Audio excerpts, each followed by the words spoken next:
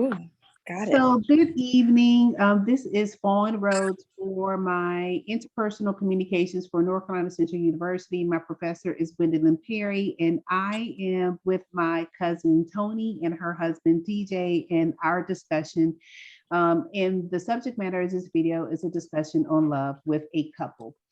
And so that's the introduction. So my question, just to lead out as an open, and like I said, this shouldn't take too long, is what is first I'd like to ask you, Tony, what is your perspective of what you think love is? There's no right, there's no wrong to answer the question. Just what do you think what love is? So to me, without putting a lot of thought into it, love is a everlasting commitment to have unconditional feelings for someone that is stronger than friendship. Okay. Regardless of how you feel that day, or regardless of, because in the beginning, love, it's a feeling that we feel at first when romantically, but eventually it does subside.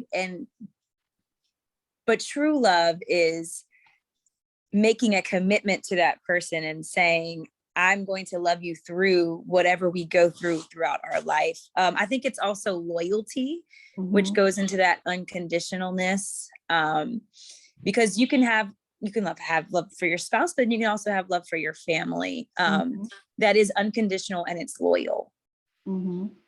Okay.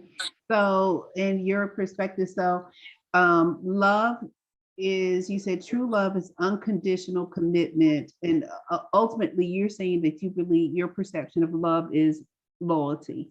Yes. Okay. And how would you say love, how would you say that love shows up in your life, in the various roles that you play? Oh, wow. That's a good one. So there's different versions of love. As a teacher, I love my students regardless of the mess they have daily. Okay. Regardless of, I had a kid throw a rock at me today. Oh, Guess wow. what? Okay. I still love him. Because that's a commitment that I have made as a teacher, to still love you through what you're going through. As a mom, Cameron came home with a 67 on his report card. But guess what? I'm going to love you through that. Again, it's that unconditional, and then as a spouse, I love you in there's just so many different versions of love daily throughout your life, depending on the role of the person that you're referring to. What about when we think of love for ourselves? Ooh, that's a good one. How does that show up when we think of love for ourselves? And outside of when we lay down the various roles that we are required to show up for each and every day, how does love look for you as an individual? Just you and what you give or show to yourself? I think, again, it's that unconditional, and those two words, unconditional and loyalty to myself. I'm gonna love myself regardless of how I show up today, or what I'm feeling, or what I'm going through internally. I'm still going to love that part of who I am, and know that I can get through, my love for myself can get through anything that I'm going through. Okay. So DJ. Yes. As a man, how does love look for you? What does love look like for you? Oh man, I tell Tony this all the time. I feel like love is selflessness and routine. Selflessness and routine. Yep. And how does that apply in the various roles that you play? Every decision I make, for the things, the people, the situations, whatever I love, I would put it before myself. If let's see, if I wake up in the morning and I'm hungry, my first thought is that everybody else must be hungry that's in my house. I need to go get food for everybody. I need to cook. If I don't know, it's just my last versus the person or the thing that I love's last, they need it before I do. Okay. So is love in your does love take on a different definition because you are male? Or do you feel that you need the same things, but just maybe in a different way because you're male? No, I'm the gender part of things don't really sit for me. I feel like my view and what I think of love is just because of who I am. It doesn't mean, it's not because I'm a man or not a woman, or if I was a woman or whoever. It's based upon your experiences and what you've accumulated through life and how it just creates your view of it. Would you say for you, love is reciprocity? So you are meaning that you, as much as you give, you would like to receive. Is it conditional to not conditional meaning that you, not conditional to the meaning that if someone doesn't do for you, that you will not do for that person, not in that same, but is it meaning that what you do for others, you would hope that someone would show that same type of appreciation to do for you, or do you do selflessly, meaning that it doesn't matter if I get a return on what I'm doing, I do it because of who I am? I think it's two sides of that. Okay. I think before love is there, it has to be equality, because you can't reach that point of love without knowing that thing, that person, that situation is there for you the same way. Okay. Once love is created, someone or something or whatever is, I have to be shown that I shouldn't love you anymore. If things aren't equal, or if you're not paying for things as much as I am, or if you're not as intimate as I am, if you're not whatever, I have to figure out,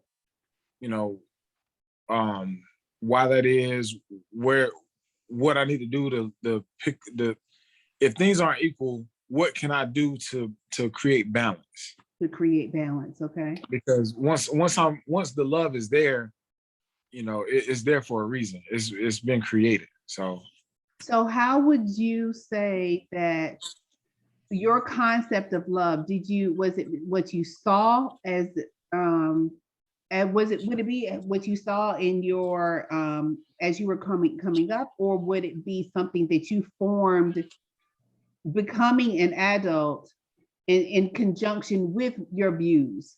And that's the same for you, Tony. So so my question is, to make it more clear, is did you see, or how you were raised, did you see love, and did that affect how you view love now, or did you come into your own definition of love now that you are an adult? Does that make sense in how I'm asking that? Yes, that makes sense. Okay. Yeah, that's fine. Okay, go ahead. I definitely think it was, I guess the things I saw growing up, the love, what I guess perceived as love. But how I put it together for myself is, I guess I took the things that I saw as positives and the things that I saw as negatives. So the positives, of course, I'm a lean towards, and the things that I saw as negatives, I'm gonna try to steer away from. So I just put it together in my own, I guess my own version of what I see as right and wrong. And and put it back out as an adult. Okay. What about you, Tony? I would agree with that. I think as a young adult, I leaned on my perception of what I thought my parents modeled for me as love. Mm-hmm. And I quickly learned that that perception for me wasn't reality. Mm. And I had to mature and realize that we think love is one thing, but as we mature, we realize, red flags, that's not really love. Mm-hmm. And so as I got older, I realized just, love is more than what we perceive. Mm-hmm. It's more, especially as children, if we see our parents, or if we see, anybody that's a role model to us in love, Mm-hmm. we see the good parts, but we don't see the struggle that it is. And as we get older, we experience that. So we learn from those experiences, as well as still clinging to what we saw growing up as well. I think it's a mixture of both, but I think it also comes, with age. For me, it has changed. Mm-hmm. My perception of what love has changed for sure. I would definitely agree with both of you on that. I think that as I was coming up, my perception or understanding of love was shaped not only by what I saw through my immediate family, but also what society likes to push on us through fairy tales, through things that we see like soap operas, television shows, all those types of media things that were pushed on, music. And then as I have become an adult and I'm older adult now, I believe for me that what I perceived to be love in my earlier years was actually infatuation. And it had nothing to do with love whatsoever. Love was based on what I perceived to be feelings. And feelings to me, feelings are a byproduct of love, if that makes sense. But feelings don't mean that it is love. Does that make sense? No, I get what you're saying. Yeah. And so I think that a lot of times what we have done, or what I used to do, was I would perceive that because I had this particular feeling, that obviously meant it must be love. But love comes with action, and love comes with purpose, and love comes with intentionality. So with me understanding that love has those particular characteristics, it helped me understand that, the feeling that I would have, like I said, would be a byproduct, but not necessarily meaning that is what it is. And so I've learned that in your maturity, something that you said that I totally agree with you on is loyalty. I believe that love is long suffering. And I think DJ alluded to that also. So it's not one of those things where because you threw your wet washcloths on the floor for the whole week, now no longer, like it's a done deal. You know what? It's over. I'm sick of you throwing your washcloths on the floor.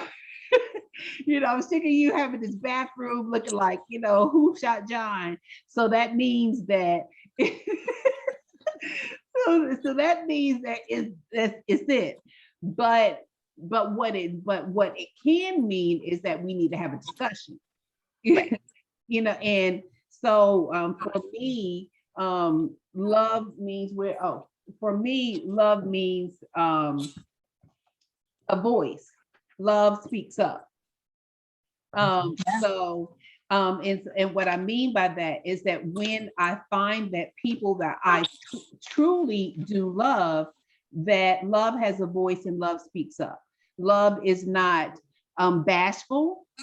Love is brave. So there are often times that you have to have hard conversations with your spouse or those that you are involved with, whether that's spouse or siblings, relatives. We have to have those hard conversations, but I have these conversations because I love you. If I didn't love you, I wouldn't have those conversations. Love comes in the form of discipline. Love comes in the form of structure. Love is consistent.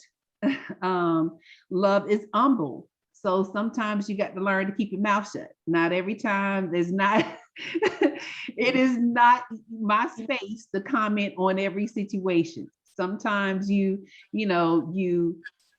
forego the battle so you can fight the war, so I think a lot of times that we, like I like to say, major in the minors. You end up nitpicking and arguing over stuff that really doesn't matter. So by the time that it is a major situation, that person is hearing you because you've been nitpicking all over the smaller things. So where you don't major in the minors. Love is truthful. And that means that even if that truth is something that you don't want to hear, love maintains its truth. So just because it may not be what you want to hear or how you want to hear it, it still has to be spoken in truth. Love compromises positively. Love doesn't settle, which is the difference between the two. Settling means that, let's say that you really don't want to go to DJ's football game. And you're like, I'm exhausted, I'm tired, I really don't want to go. And DJ's like, come on, let's come on to the, and so you settle and you go, but you go and you're grumpy. Then you shouldn't have gone. But the compromise would have been, okay, I don't feel like going, but if I go, what can I stay for 20 minutes? Can I stay for 30 minutes? So that means that you show up for your partner, but there's a compromise that is met on both ends. You know what I'm saying? So I think that love, like I said, compromises positively because settling brings a negative outcome. And love is vulnerable. Yeah, that's a big one. Yeah, love is vulnerable. And transparent and vulnerable are two totally different things. Just because I can be transparent and tell you certain things does not necessarily mean that I am transparent with everybody. Yeah. I'm vulnerable with everybody. So love allows yourself to be vulnerable, and love is intentional. I don't believe in falling in love. I don't believe in falling out of love. I believe that you set your heart with intentions. What you intend to do is what you will do. So if I intend to love Tony, I will love Tony. If I intend to love DJ, I will love DJ. There's nothing happenstance. And I think that a lot of times that we get that confused and say, I fell into something. You didn't fall into nothing. It's not a hole. But with that means I actively, intentionally make a choice every day to get up and do it all over again. For however long that it's going to be, I make that choice to do it all over again. So those are some definitions that I have for what I perceive to be love is. And yes, I didn't hear you. I said those were good. I wanted to add one thing, and then I think you want to add. I was going to say, I know you talked about self-love, and I talked about, maturing. I have realized in my age that I could not properly love someone, and no one could properly love me until I loved myself. So that self-love was important for me to, one, realize how I should receive love and what real love is. And that, like you said, infatuation is not love, but I couldn't do that until I loved myself fully, even the bad parts of me, even the parts that no one else really knows about, you now, I still had to love those parts. And until I loved those parts, I couldn't see clearly on the concept of love. And I agree with you 100% with that. I think that is a challenge that many people have, not just females, but I think that many people have. But I think that we have to learn. And when I say find your voice, I mean, truly understand who you are as and how you're created, and know what it is that you do like and what you don't like, and be comfortable having these conversations in whatever genre and whatever avenue that it fits. For example, I was saying to someone that people need to understand, I wish and I tried to talk with Denzel about it, but you need to understand that your sexuality and sexual intimacy are not the same. And what I mean by that is, as a woman, sexuality means I'm comfortable with me being a woman. All aspects of what that means in being a woman, So that means understanding I'm going to go through menopause at one point in time, perimenopause, all those things that come with being a woman. I'm a girly girl, so I like my nails done, my hair done. Some women are more boy, but if that's who you are, be okay with that, and understand that it's okay to have a voice, because if you don't have a voice when there are times that it's very important for you to have that voice, you won't show up for yourself. Meaning, if you have to go to the GYN and you're finding, lumps, let's say, in your breast, if you don't have a voice, you're not going to speak up for yourself. So you're going to continue to be sick. And then, then you get diagnosed with breast cancer, and you knew that this is what was happening, but you weren't comfortable with who you are. Yeah. So you've got to find your voice, and you've got to learn to speak up and speak to situations. And that's about self-love. When you learn to love you, you learn to have your voice. And it doesn't necessarily mean that it's got to be, loud and screaming and, like this Real Housewives of, Atlanta kind of foolishness mess. But it does mean that in the times it's appropriate, you are not invisible. Right. You let yourself be seen, you let yourself be heard, so because a lot of people don't realize that I really am an introvert, a big introvert, but I show up because I have to. And I am, I'm visible because I have to, not because I want to, if that makes sense. So, yeah. So, but I definitely agree with you on that. But this was easy, right? It was good conversation. Yes, this is all that it was. Like I said, I'm gonna get with your dad so he can help me with the other project. But I appreciate you both for helping me with this project. Of course. And we can have more conversations like this. Yeah, it was cool. It would be cool to get all of our family on a call. Yeah, I totally agree with you.